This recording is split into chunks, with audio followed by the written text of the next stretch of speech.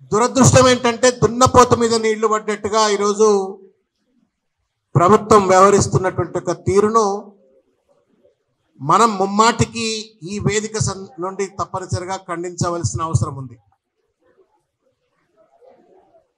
శ్రీనివాస్ గారు మాట్లాడుతూ రాజకీయాలకు అతీతంగా మాట్లాడాలా అని చెప్పని అన్నారు. కానీ రాజకీయమే అన్ని సమస్యలకు కారణం, అన్ని సమస్యలకు సమాధానం కూడా. దురదృష్టం ఏంటంటే that's the fallacy of democracy. ప్రజాస్వామ్యంలో రాజకీయమే సమస్యకు కారణం, రాజకీయమే సమస్యకు పరిష్కారం. కాబట్టి రాజకీయ అతీతంగా ఏది కూడా చర్చ చేయలేము. సమస్యను సమస్యగా తప్పనిసరిగా చర్చ చేయాల్సిన అవసరం ఉంది. పేద బిడ్డలు ఎవరు చదువుకుంటారు గురుకుల స్కూళ్లలో? ఒకప్పుడు సర్వేల్ స్కూల్ అని చెప్పని 1970s స్టార్ట్ చేసిన సర్వేల్ స్కూల్ అని చెప్పని మనందరికీ గుర్తు. తర్వాత నాగార్జున సాగర్లో ఒక రెసిడెన్షియల్ డిగ్రీ కాలేజ్ అని చెప్పని ఉంటుండే. These are supposed to be the most prestigious colleges, schools. అక్కడ చదువుకుంటే అక్కడ పిల్లలు ఐఏఎస్లు అవుతారు, ఐపీఎస్లు అవుతారు అన్నటువంటి ఒక రీతి మనం గతంలో చూసినాం.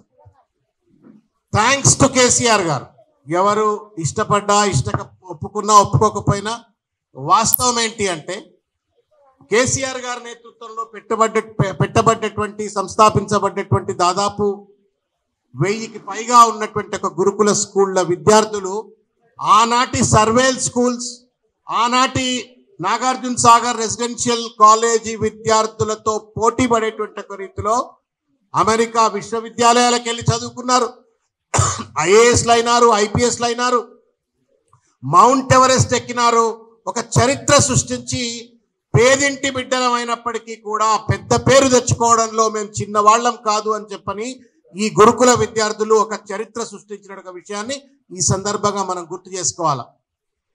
ఇటువంటి ఒక అద్భుతమైనటువంటి చరిత్ర కలిగి తెలంగాణ నిర్మాణం కోసం, భావి భారత నిర్మాణం కోసం పునాదుల లెక్క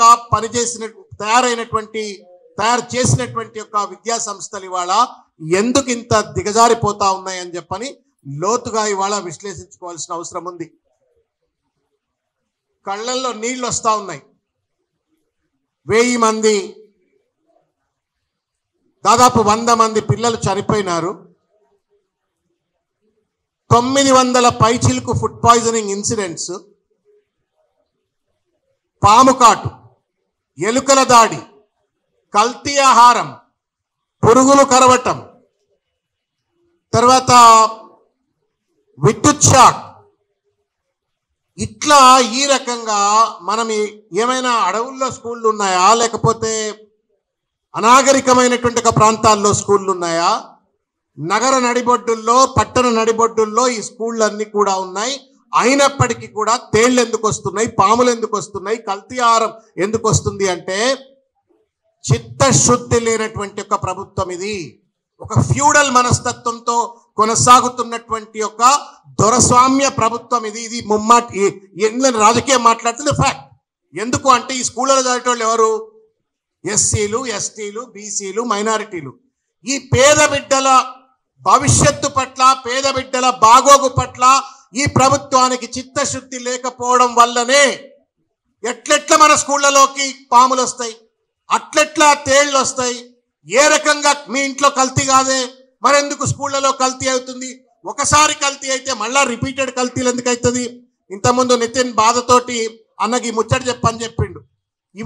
ఇవాళ జయశంకర్ భూపాలపల్లి జిల్లాలో 20 మంది విద్యార్థులు కొరికిశాల అనే గ్రామం, మొగుళ్ళపల్లి మండలం, కొమరం భీం జిల్లాలో రెబ్బెన అనేటువంటి ఒక మండలంలో 3, ఖమ్మం జిల్లాలో కల్లూరులో ఒక 20 మంది.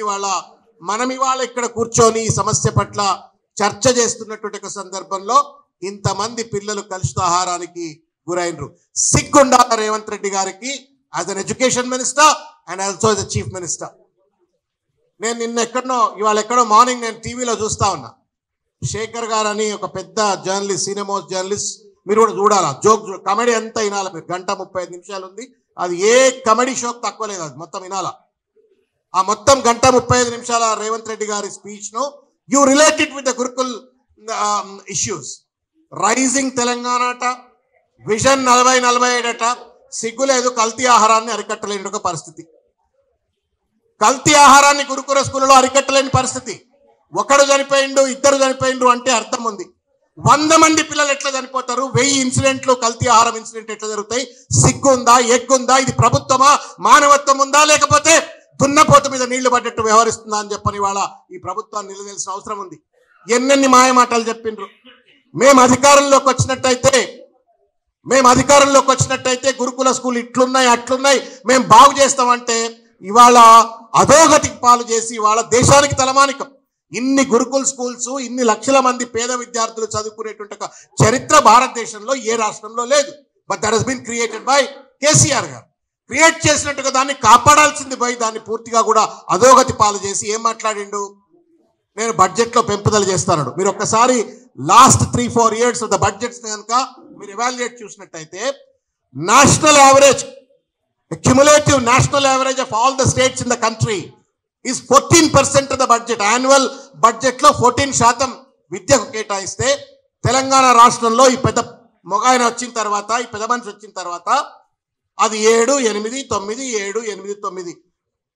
దేశంలో ఉన్నటువంటి ఒక నేషనల్ యావరేజ్ ఏంది, రాష్ట్రంలో నువ్వు కేటాయిస్తుంది ఏంది అంటే సంపద లేదు, కేసీఆర్ అప్పులు చేసిండు అని మాట్లాడతాడు. నేను అప్పు తెద్దామంటే చెప్పుల దొంగ లెక్క నన్ను చూస్తున్నారు అంటారు. మరి చెప్పుల దొంగ ముఖ్యమంత్రి కుర్చీ మీద ఎందుకు కూర్చోవాలా?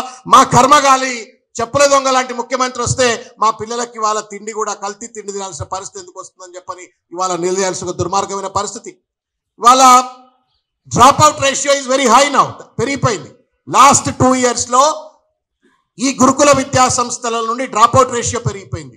ఒకప్పుడు ఇంతకుముందు శ్రీనివాస్ గారు చెప్పినట్టుగా పైరవి, నేను కూడా చేసిన పైరవి. ఏమైనా అప్పుడు సుమన్ అడిగిన సుమన్ అడిగినారు ఏమైనా పైరవి చేసి కొంచెం ఈ స్కూళ్ళల్లో మన పిల్లలకు అడ్మిషన్ అంటే కేసీఆర్ సార్ బెత్తం పట్టుకొని మమ్మల్ని కొడతాడు. ఆ స్కూళ్ళ జోలికి పోతే ఎవరికి పైరవి చేయించే ముచ్చటే లేదు, మెరిట్ ప్రకారం రావాల్సిందే అని చెప్పానంటే ఒక సీట్ ఉంటే 10 మంది పిల్లల పోటీ ఉండేది.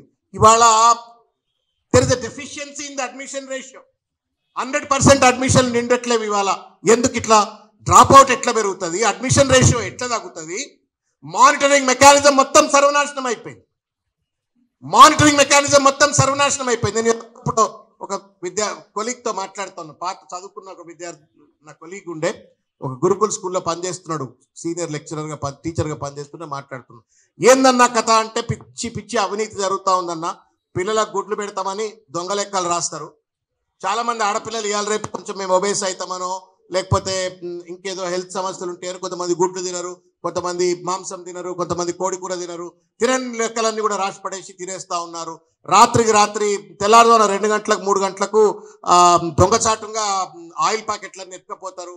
సూర్యునీళ్ళ లెక్క చారు పప్పు పెడతా ఉన్నారు. నూనె లేదు, పాడు లేదు, తినబుద్ధి కాదు, ఎండిపోతా ఉందనంటే ఈ రకంగా విచ్చలవిడి అవినీతికి వాళ్ళ స్కూళ్లలో పాల్పడతా ఉంటే దున్నపోత మీద నీళ్లు పడ్డట్టుగా ఏసీబీ, విజిలెన్స్, పోలీసు మొత్తం అంతా కూడా కేసీఆర్ ఇంటి మీద, కేటీఆర్ ఇంటి మీద పెట్టిండ్రు. కానీ ఈ దొంగల మీద మాత్రం పెట్టడానికి వాళ్ళ కేసీఆర్ రేవంత్ రెడ్డి గారికి హోంమంత్రిగా మానవత్వం లేదు, బాధ్యత లేనట్టు ఒక పరిస్థితి. ఇవాళ ఇంత నాకు బాగా గుర్తు, వీళ్ళు గురుకుల బాట అని చెప్పని 12 స్కూళ్ళు ఎత్తివేసి తమ్ముడు చెప్తా ఉండు. శ్రీనివాస్ గారి యొక్క నేతృత్వంలో ఆర్ఎస్ ప్రవీణ్ కుమార్ గారు, శ్రీనివాస్ గారు, సుమన్ గారు, మా గెల్లు శ్రీనివాస్ యాదవ్, ఇంకా చాలా మంది విద్యార్థి నాయకులంతా కలిసి కేసీఆర్ గారి యొక్క ఆలోచనల మేరకు గురుకుల్ బాట అని చెప్పని పెడితే ఒక్క దగ్గరికి వాళ్ళ లోపల రానిలే. నేను అడిగిన నిన్న ఇవాళ, అరే నేను వస్తారా భయ్, కొంచెం పోయి చూద్దాంపా అంటే నిన్ను గుర్తుపడతారు అన్నట్టు. గుర్తుపడితేంద్రా భయ్, దొంగల మేము ఎందుకు రావద్దు, మన స్కూళ్ళలోకి వచ్చి చూస్తాం రా భయ్, మంచి ఏందో చెడని చూస్తామంటే నిన్ను రానియరన్నా. గా మధ్య ఎవరో ఒక పేరు మోసిన పోలీస్ అధికారి భార్య, నేను పేరు చెప్పదలుచుకోలే, I'm sure police can relate with it, intelligence can relate with it. ఒక పెద్ద పోలీస్ ఆఫీసర్, స్టేట్లో వెరీ ప్రామినెంట్ పోలీస్ ఆఫీసర్, ఆయన భార్య కొంత యోగా పర్సనాలిటీ డెవలప్మెంట్ ఇంట్రెస్ట్. ఈ గురుకుల్ స్కూల్కి పోయి నేను విద్యార్థులతో ఒక పూట స్పెండ్ చేస్తా, నేను యోగా నేర్పిస్తా, తర్వాత అక్కడ పర్సనాలిటీ డెవలప్మెంట్ చేసి కొంత ఇన్స్పైర్ చేస్తా, మోటివేట్ చేస్తా అని చెప్పానంటే ఆ పోయింది చేసింది. నువ్వు ఎట్లెట్లా పర్మిషన్ ఇస్తావని చెప్పని ఇప్పుడు ఆ పేరేం పేరు, వర్షం వస్తుంది, వర్షిని. ఆ వర్షిని గారు నోటీస్ ఇచ్చిందట ప్రిన్సిపల్కి, నువ్వు అట్లెట్లా కావాలని రాణిస్తావు అని చెప్పని. వచ్చినామేమి రాజకీయ నాయకురాలు కాదు, వచ్చి ఏదో ప్రభుత్వం మీద దుమ్మెత్తిపోస్తామా కాదు. ఆమె డబ్బుతో, ఆమె సమయంతో ఆమె వచ్చి అక్కడ యోగా నేర్పించి ఒక గంట సేపు పిల్లలకు పర్సనాలిటీ డెవలప్మెంట్ క్లాస్ చెప్తా అంటే రావద్దు, వాళ్ళకి వస్తే బయట లోపల విషయాలన్నీ బయటికి తెలుస్తాయని చెప్పని నోటీస్ ఇచ్చిందట. This is what the kind of దుర్మార్గమైన సప్రెషన్. నువ్వు అన్నం పెట్టావు, పాములను రాకుండా చూడవు, క్వాలిటీ ఎడ్యుకేషన్ ఇవ్వవు, క్వాలిటీ ఫుడ్ ఇవ్వవు, హైజీనిక్ కండిషన్స్ ఇవ్వవు. బయట వాళ్ళు పోయి దాన్ని మానిటరింగ్ చేస్తా అంటే మానిటరింగ్ చేయకుండా ఇవాళ ఒక దుర్మార్గమైన పరిస్థితికి పాల్పడతా ఉండు. అయితే వీటికి సమస్య సరే, సమస్యలని చాలా మాట్లాడుతూ ఉన్నాం. ఇట్స్ రైట్ టు ఎడ్యుకేషన్ కదా, ఫండమెంటల్ రైట్ ఇది. విద్య అనేది ఒక రైట్. ఇవాళ తెలంగాణలో గురుకుల విద్యా సంస్థలలో ఇంతమంది పిల్లలు చనిపోతా ఉన్నారు, ఇంతమంది పిల్లలకి ఇవాళ కల్తీ ఆహారంతో ఇవాళ వాళ్ళను బాధకు గురి చేస్తా ఉన్నారంటే it's a fundamental violation of the constitution. సిగ్గు ఎక్కువ లేదు. ఇవాళ జై సంవిధాన్ చెప్పని ప్రోగ్రాం పెడతారు. ఈ వేల లక్షల మంది పిల్లలు చదువుకునేటువంటి ఒక స్కూళ్లలో రాజ్యాంగాన్ని హననం చేస్తా ఉన్నారు. ఇది రేవంత్ రెడ్డి గారి యొక్క పరిపాలనకు పరాకాష్ట అని చెప్పి నేను చెప్తా ఉన్నాను. సోదరు చెప్తున్నారు 2000 స్కూల్స్ మూతివేత. గురుకులాల్లో 25% ఆఫ్ ద అడ్మిషన్ జరగలే ఇంటర్మీడియట్ కాలేజీలలో. అంటే 1,00,000 సీట్లు నిండలే. కేసీఆర్ గారి హయాంలో సీట్ల కోసం పైరవీలు చేయాలని చెప్పని అటు తిరిగి ఇటు తిరిగి బేజారెత్తినటువంటి కొట్టుకున్నటువంటి ఒక పరిస్థితి నుండి 1,00,000 సీట్లు ఖాళీ ఉన్నాయంటే సిగ్గు రేవంత్ రెడ్డి గారిది. విద్యాశాఖ మంత్రిగా ఒక్క క్షణం కూడా నువ్వు ఆ కుర్చీలో కూర్చోవడానికి అర్హత లేదు అని చెప్పని ఈ సందర్భంగా నేను తెలియజేస్తా ఉన్నాను. నేనేదో అక్కస్తో మాట్లాడతలే, బీఆర్ఎస్ పార్టీ నాయకుడిగా మాట్లాడతలా. నేను కూడా ఆ వర్గాలకు చెందినటువంటి వాడిని. పేదోడి కష్టం నష్టం బాధ తెలుసు. నువ్వు ఫ్యూడల్ కాబట్టి నీకు ఆ పేదోళ్ళు పడే బాధ కష్టం నష్టం కూడా తెలియదు. But I come from that class. ఆ వర్గం పడే బాధ తెలుసు కాబట్టి నేను బాట మాట్లాడుతున్నాను. ఎంత బాధతోటి ఆ స్కూళ్ళకు పిల్లల్ని పంపుతారు, ఎంత ఆశతో ఎంత హోప్తో పంపుతారు. అక్కడ నువ్వు ఇంత దుర్మార్గమైనటువంటి ఒక రీతిలో వ్యవహరిస్తూ ఉన్నారు. నేనుగా ఏతులకు అడ్డులేదు ఈ ప్రభుత్వానికి. ఫ్యూచర్ సిటీ మాట్లాడతారు, కూట్ల రాయి తీరట, ఏట్ల రాయి తీస్తామని చెప్పని గురుకుల స్కూళ్ళని నడపరానైనా ఫ్యూచర్ సిటీ కడతారట. మొత్తం ఫ్యూచర్ సిటీ కట్టిపడేస్తా అని చెప్పని మాట్లాడుతున్నాడు. యంగ్ ఇండియా స్కూల్స్కు 200 కోట్ల రూపాయలని మాట్లాడుతున్నాడు. గురుకులాలను చక్కగా చేయి. ఇప్పటికైనా ముఖ్యమంత్రి సిన్సియర్గా గురుకుల స్కూళ్ళ పైన రివ్యూ చేయలేదు ఇంతవరకు. I'm demanding from this forum. ఈ ఫోరం నుండి నేను విజ్ఞప్తి చేస్తా ఉన్నాను, ముఖ్యమంత్రి గారు నీ రాజకీయాలు కుట్రలు కక్షలు కార్పణ్యాలు ఎన్నన్నా చేయి, కానీ ఇమీడియట్గా ఒక కాన్స్టిట్యూషనల్ రివ్యూ చేయాలని చెప్పని కోరుతా ఉన్నాము. అదేవిధంగా పేరెంట్ కమిటీస్ను రెస్టోర్ చేయాలని చెప్పని కోరుతా ఉన్నాము. సివిల్ సొసైటీని స్టేట్ హ్యూమన్ రైట్స్ కమిషన్కు లింక్ చేసే విధంగా, అనుసంధానం ఉండే విధంగా ప్రతి స్కూల్కు కూడా ఒక మానిటరింగ్ కమిటీని వేయాలని చెప్పని ఎన్హెచ్ఆర్సీ వచ్చి మొన్న రిపోర్ట్ అడిగింది. నేషనల్ హ్యూమన్ రైట్స్ కమిషన్ వచ్చి రిపోర్ట్ అడిగింది, గురుకుల పిల్లలు ఎట్ట చచ్చిపోతుందని చెప్పని. మొన్న జరిగినటువంటి ఒక పబ్లిక్ హియరింగ్ లో వచ్చి ఒక ఎన్జిఓ రేవనెత్తితే ఇమీడియట్గా నోటీస్ జారీ చేసింది. ఆ నోటీస్లో ఏం చెప్పబోతుందో చూస్తా ఉన్నాం. కాబట్టి ఎస్హెచ్ఆర్సీ స్టేట్ హ్యూమన్ రైట్స్ కమిషన్ కు అనుసంధానంగా ఉండే సివిల్ సొసైటీ ఎన్జిఓస్ అన్నింటినీ కూడా ఈ మానిటరింగ్ మెకానిజంలో పెట్టాలని చెప్పని.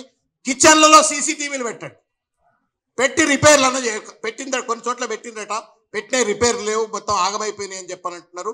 ఆ సీసీటీవీలు పెట్టండి, పబ్లిక్ యాక్సెస్ ఇవ్వండి, కమ్యూనిటీని ఎక్కడ స్కూల్ ఉంటే అక్కడ కమ్యూనిటీని, పబ్లిక్ రిప్రజెంటేటివ్స్ను, లోకల్ బాడీ రిప్రజెంటేటివ్స్ను దాంట్లో మానిటర్షిప్ కనుక పెట్టినట్టయితే తప్పనిసరిగా ఈ కల్తీ, ఈ తర్వాత ఈ ఆత్మహత్యలు, ఈ సమస్యలన్నీ కూడా పరిష్కారం అవుతాయి. ఎవరో అడిగిండ్రు ఇవాళ, మీరు ఇంటర్వ్యూ చూడండి, ఆ కామెడీ చూడాలా.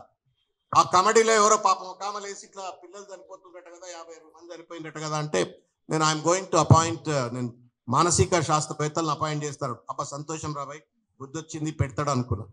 తర్వాత మాట అన్నాడు, ఏమన్నాడంటే ఇట్లా పిల్లలు ఆత్మహత్య చేసుకుంటారు, ఎందుకంటే జాయింట్ ఫ్యామిలీలలో ఉండట్లేరు, న్యూక్లియస్ ఫ్యామిలీలలో ఉంటున్నారు, కాబట్టి ఆ జాయింట్ ఫ్యామిలీ ఉంటలేరు కాబట్టి వాళ్ళకి భరోసా లేక ఆత్మహత్య చేసుకుంటున్నారు అని చెప్పని ఒక లూజ్ క్యానన్ లెక్క, ఒక బాధ్యత లేనట్టుగా ఇవాళ ఈ ప్రభుత్వం ఈ సమస్య పట్ల వ్యవహరిస్తూ ఉంది.